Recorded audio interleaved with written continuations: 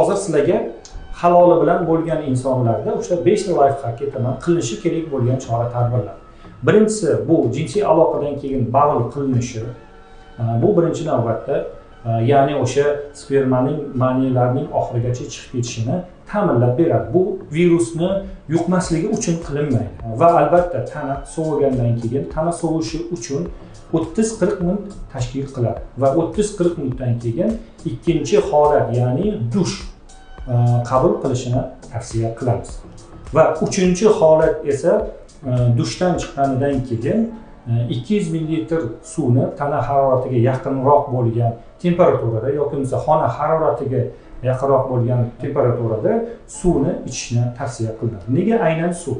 Shunday holatlar bo'ladiki, bu yurak kasalliklarida, ayniqsa bu 45-50 yoshda gipertonistik kasalliklarda, yurak infarktining xurujini oldini olishda, davleniyani oshib ketishi, gipertonik krizi hisobiga bu yerda gemorragik insultlarning oldini olishda, miokard infarktni oldini olishda mana shu ichilgan 200 ml suv organizmda yordam berishi va kelib chiqishi mumkin bo'lgan holatlarni oldini oladi.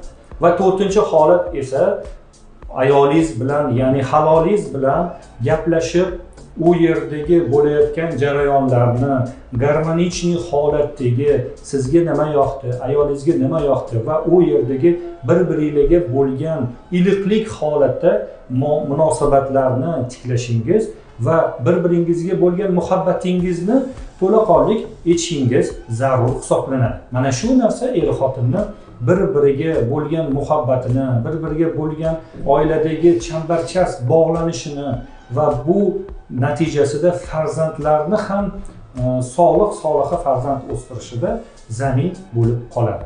Va 5-holatda bir-biringizga munosabatlarni tiklab bo'lganingizdan keyin vitaminga boy bo'lgan, ya'ni tamaddi qilishni tavsiya qilinadi. Ya'ni bu yengilgina tamad, ya'ni o'sha yogurtlarni, vitaminga boy bo'lgan mahsulotlarni yeyishni tavsiya qilinadi. Sog' bo'linglar, salomat bo'linglar. Sizning sog'ligingiz bizning baxtimiz.